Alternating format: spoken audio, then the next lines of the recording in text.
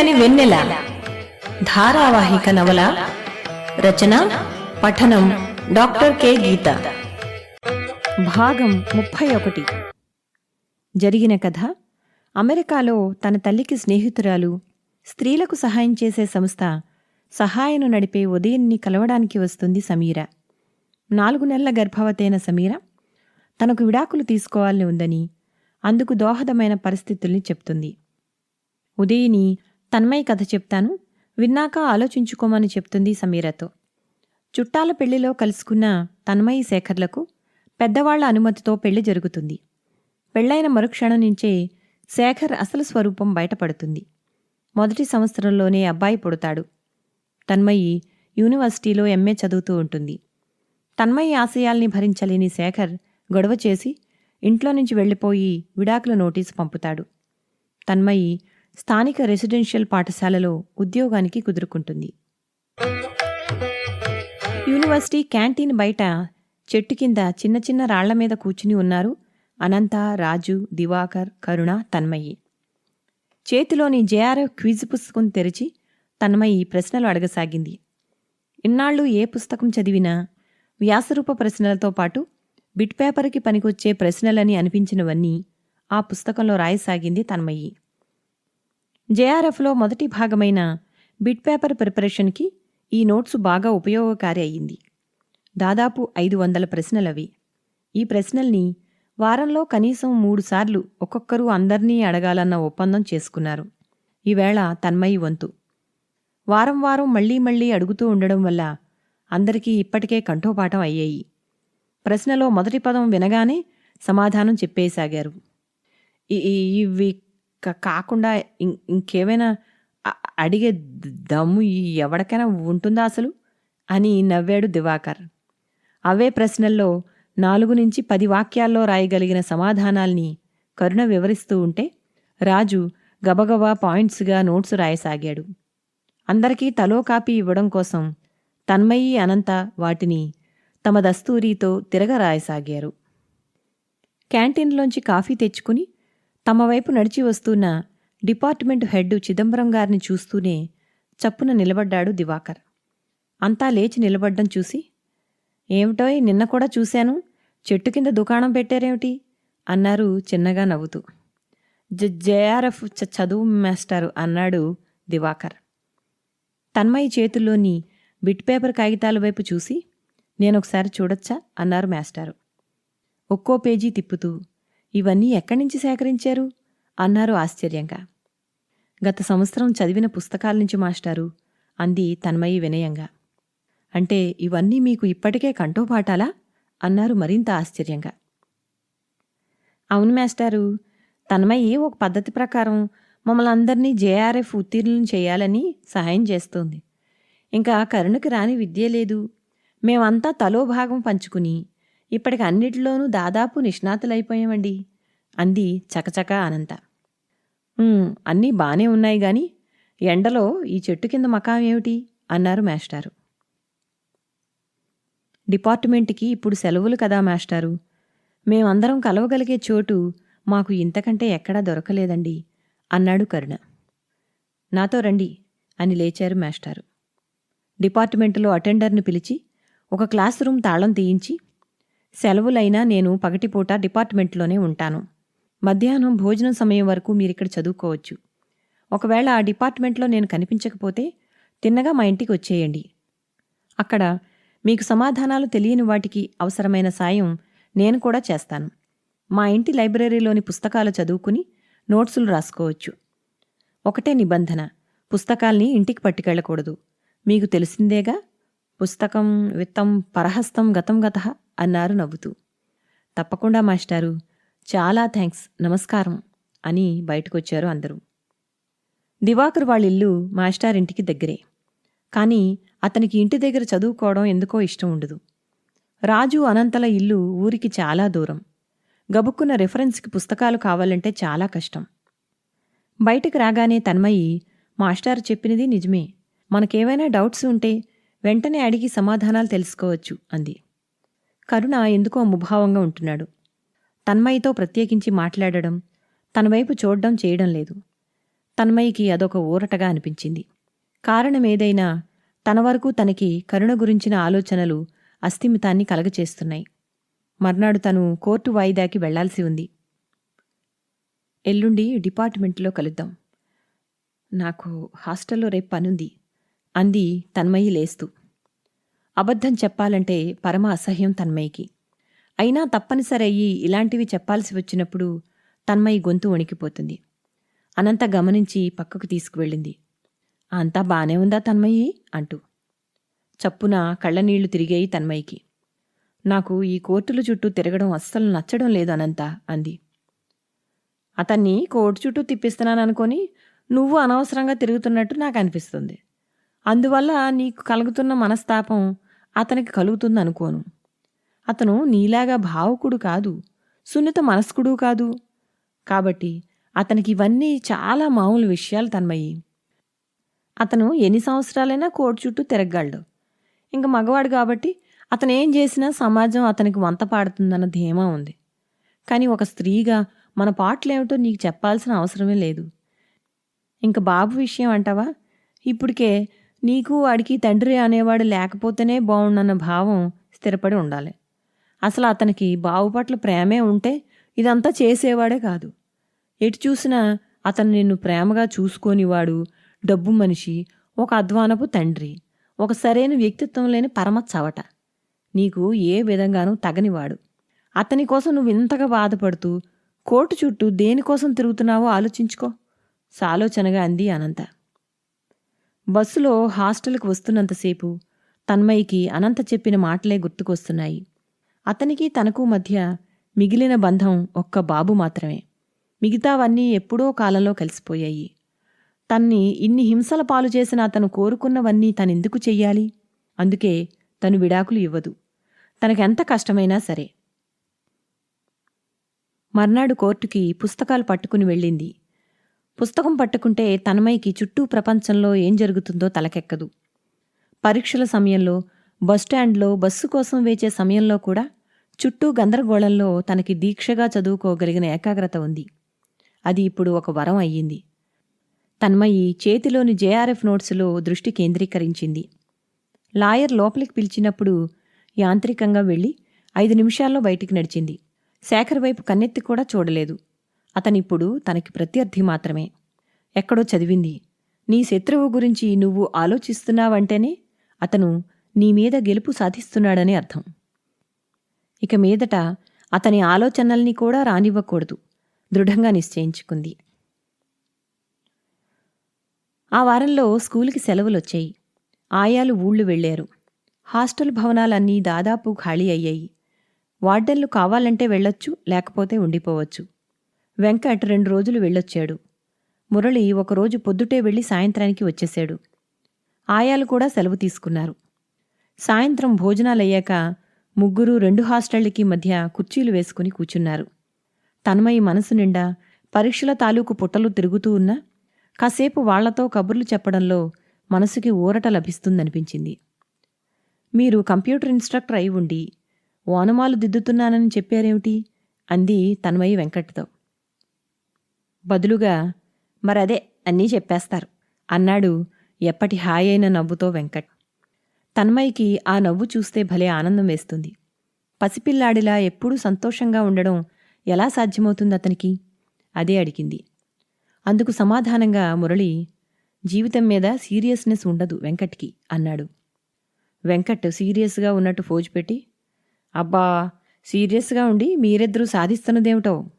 బైదివే, కొత్త సినిమాలేం చూశారు? అన్నాడు తన్మయి వైపు చూసి చిరునవ్వుతో. సినిమాలా అని ఆశ్చర్యపోయింది తన్మయి. తన జీవితంలో సినిమాలకి ఎప్పుడూ ఒంటరిగా వెళ్లలేదు. ఇక ఇప్పుడున్న పరిస్థితుల్లో సినిమాకి వెళ్లే జీవితం ఉందా తనకి? ఆలోచనలో పడిన తన్మయి వైపు చూస్తూ, ఏమిటండి అంత దీర్ఘంగా ఆలోచిస్తున్నారు? నేనడిగిన ప్రశ్న సినిమాల గురించి, మా ఇంటి పైకప్పు గురించి కాదు అన్నాడు వెంకట్.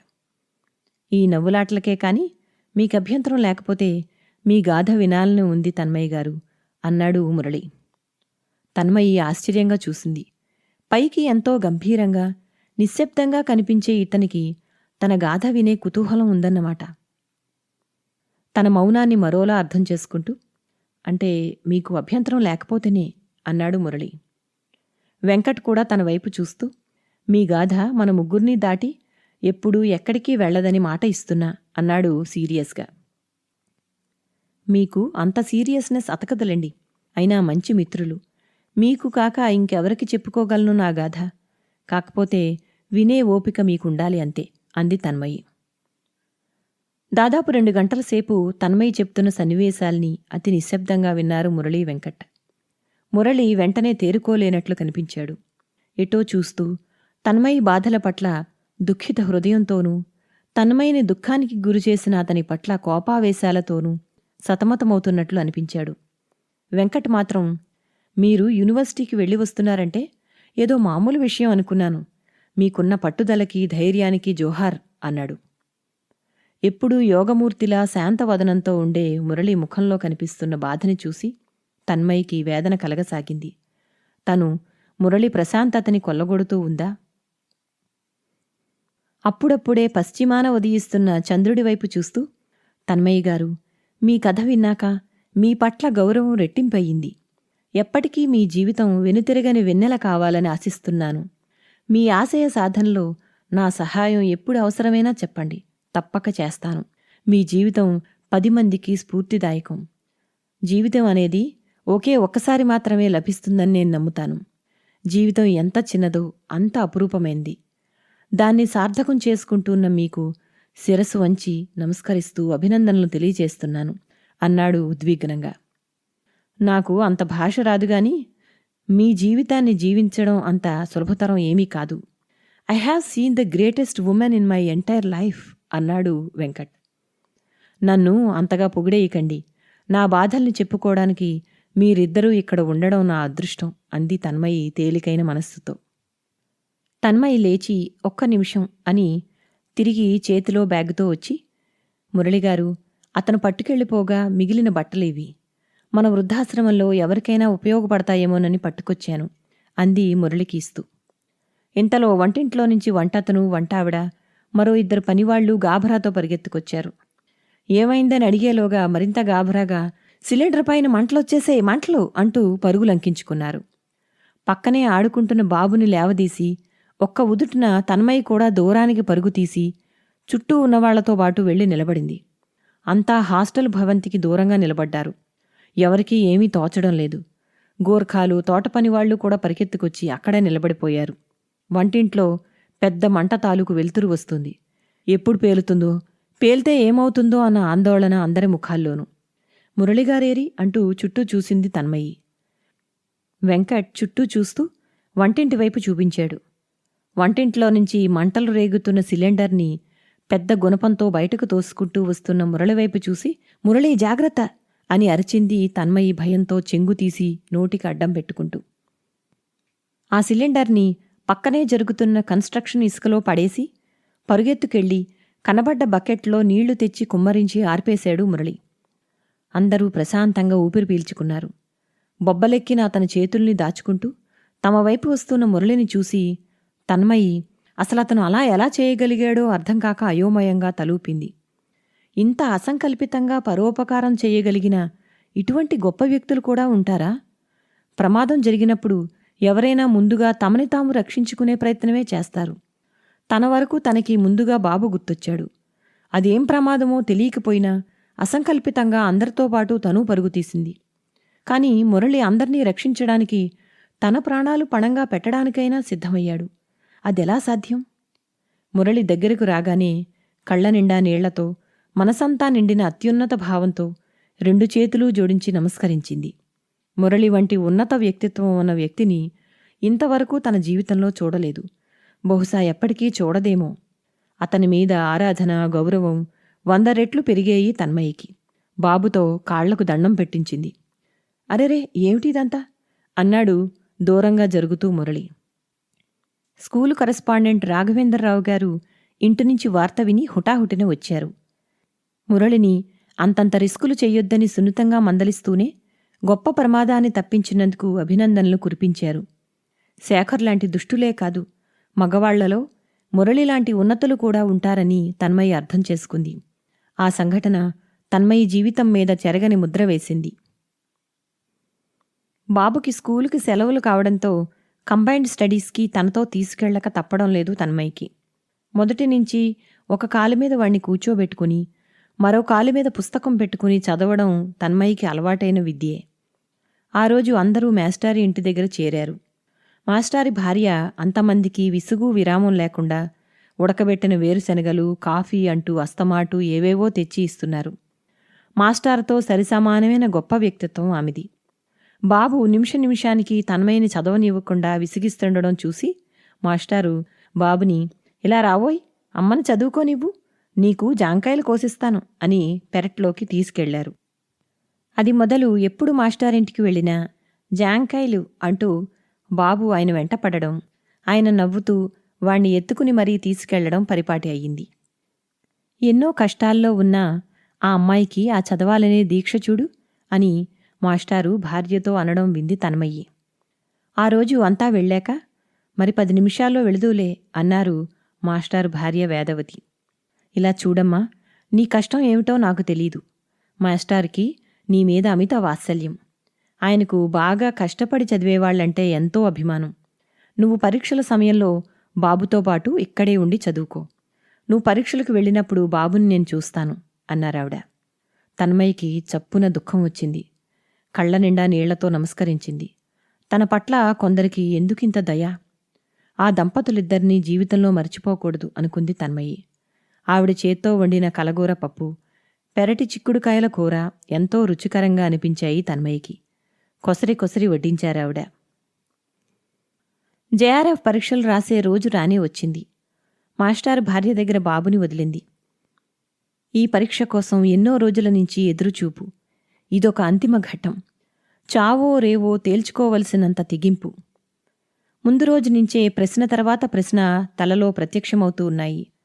తనలో తాను మననం చేసుకుంటూ యోగముద్రలో ఉన్నట్లుంది మస్తిష్కం. పరీక్ష హాలు చూసేసరికి ఆశ్చర్యం వేసింది.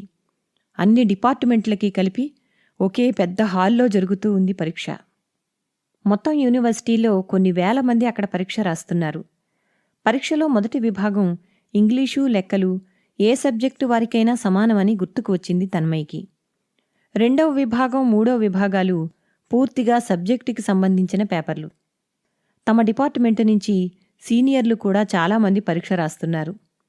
ఉదయం నుంచి సాయంత్రం వరకు రాసే పరీక్ష అది. మధ్యలో గంటసేపు విరామం. విరామంలో మిత్రులంతా కలుసుకుని పొద్దుట పరీక్ష తాలూకు విషయాలన్నీ చర్చించుకున్నారు. అందరూ ఇంగ్లీషు, లెక్కలు కఠినంగా ఉన్నాయని వాపోయారు. కాని తన్మయికి అంత కష్టంగా అనిపించలేదు. మొత్తం 3 పరీక్షలు శ్రద్ధగా రాసింది తన్మయి. అన్నీ తెలిసిన ప్రశ్నలే అనిపించాయి. పరీక్ష రాసి బయటకు రాగానే పెద్ద భారం తీరినట్లయింది. పరీక్ష కాగానే అంతా సినిమాకి వెళదామని ప్రోగ్రాం పెట్టుకున్నారు. తన్మయి మృదువుగా తిరస్కరించి బాబుతో పాటు హాస్టల్ బస్ ఎక్కింది. ఆ మరుసటి వారంలో తన్మయి కోసం విజిటర్సు వచ్చారంటూ హాస్టల్ గేటు దగ్గర్నుంచి కబురు వచ్చింది. తన్మయి ఆశ్చర్యంగా ఆఫీస్ రూములోకి అడుగుపెట్టింది. శేఖర్ తల్లి ఆవిడ తమ్ముణ్ణి తీసుకుని వచ్చింది. బాబుని చూడడానికి వచ్చాం, ముక్తసరిగా అంది శేఖర్ తల్లి దేవి. తన్మయి చెయ్యి విదిలించుకొని బాబు ఆవిడ పిలవగానే అటు పరిగెత్తాడు. ఆవిడ చేతిలోని 5 స్టార్ చాక్లెట్ చూసి. తెల్లచీర కట్టుకుని సన్యాసినిలా ఉన్న తన్మయి వైపు చూసి పెద్దగా నిట్టూర్చింది ఆవిడ. ఆవిడ తమ్ముడు, ఇలా చూడమ్మాయ్, నీ మంచి కోసం నీకో సలహా చెప్తాను విను. మా శేఖరు నీకు విడాకుల కాగితం పంపించాడంటే ఇక మీదట నిన్ను ఏలుకునే ఉద్దేశం లేదనే. అలాంటి ఓణ్ణి పట్టుకుని ఎన్నాళ్ళు ఎళ్లాడతావు చెప్పు. ఆ సంతకం ఏదో పెట్టేస్తే ఇద్దరికీ మంచి జరిగినట్టు అవుతుంది. మధ్యలో పిల్లాడు కూడా నలిగిపోతున్నాడు కదా అన్నాడు, ఎక్కడ లేని సానుభూతి వ్యక్తం చేస్తున్నట్లు. తన్మయి మాట్లాడకుండా బాబు దగ్గరికి వెళ్ళి చెయ్యి పట్టుకుని, పదనాన్న లోపలికి వెళదాం అని చెప్పి వాళ్ల వైపు కూడా చూడకుండా హాస్టల్కి తిరిగి వచ్చేసింది. మ్లానమైన ముఖంతో తనని దాటి వెళుతున్న తన్మయిని చూస్తూ, ఏమైంది తన్మయ్య గారు అన్నాడు మురళి.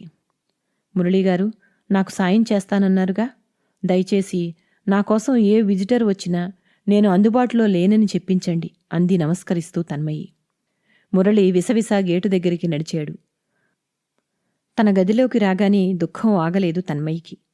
తన మానాన తన్ని బతకనివ్వకుండా అతని బంధువులు వచ్చిపోవడం ఎందుకు? తనకి బాధలెందుకు?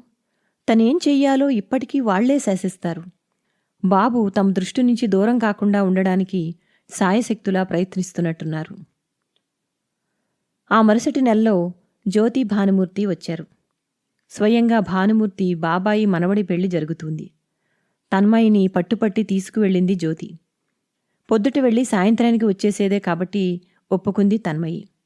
హాస్టల్లో చేరి తెల్లచీరలు కట్టుకోవడం మొదలుపెట్టినప్పటినుంచి నిరాడంబరంగా బతకడం అలవాటైపోయింది తన్మయికి. తల్లి తెచ్చిన పట్టుచీర కట్టుకుంటే ఏదో ఎబ్బెట్టుగా అనిపించసాగింది. పెళ్లి ఆర్భాటంగా జరిగింది. ఒక పక్క దేశంలో ఎందరో తిండి లేక అన్నమో రామచంద్ర అంటూ అలమటిస్తూ ఉండగా పెళ్లి పేరుతో పెడుతున్న ఖర్చుల్ని విందుల్ని చూసి మొదటిసారి చికాకు అనిపించింది తన్మయికి. పెళ్లిలో శేఖర్ మేనత్త వరసయ్యే ఒక ఆవిడ తన్మయి కూర్చున్న పక్క కుర్చీలోనే కూర్చుంది. బావున్నావా అమ్మా?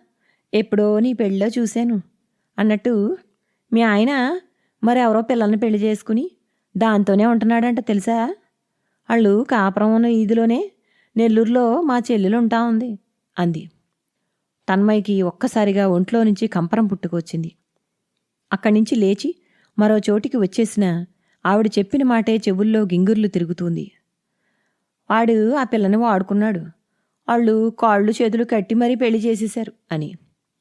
తన్మయికి ఇప్పుడు అన్ని విషయాలు అర్థం కాసాగాయి. తనతో అంత హఠాత్తుగా గొడవ పెట్టి ఎందుకు విడాకులు వెంటనే పంపించాడో, విడాకుల కోసం వాళ్ళు ఎందుకు అంత ఆరాటపడుతున్నారో, తను విడాకులు ఇచ్చే వరకు చట్టబద్ధంగా అతనికి పెళ్లి చేసే వీల్లేదు. నెల్లూరులో అమ్మాయి అంటే బహుశా ఇంటివాళ్ల అమ్మాయి అయి ఉంటుంది. ఒక్కతే కూతురు కావడం వల్ల వాళ్ల ఆస్తి మీద కన్నేసినట్టున్నాడు దుర్మార్గుడు. అక్కడ ఎక్కువసేపు ఉండలేక త్వరగా భోజనం కానిచ్చి అమ్మా నాన్నల దగ్గర సెలవు తీసుకుని బయలుదేరింది తన్మయి. వెనక నుంచి ఎవరో, ఈ అమ్మాయి శేఖర్ మొదటి పెళ్ళాం గదూ, ఇలా వంశంలో అందరికీ మొగుళ్ళు వదిలేయడం ఆనవాయితీ అనడం వింది. కుతకుత ఉడుకుతున్న మనసు మీద మాటల గాయాలు మళ్లీ మళ్లీ తగులుతూ ఉన్నాయి. ఇంకెప్పుడు బంధువుల ఇళ్లకి ఎట్టి పరిస్థితుల్లోనూ రాకూడదు గట్టిగా నిర్ణయించుకుంది. బస్సులో బాబు వెంటనే నిద్రపోయాడు. బయట చీకటి మనసంతా నిండినట్లయి తన్మయి బుగ్గల మీద నుంచి వెచ్చని కన్నీళ్లు ధారాపాతంగా కారసాగాయి.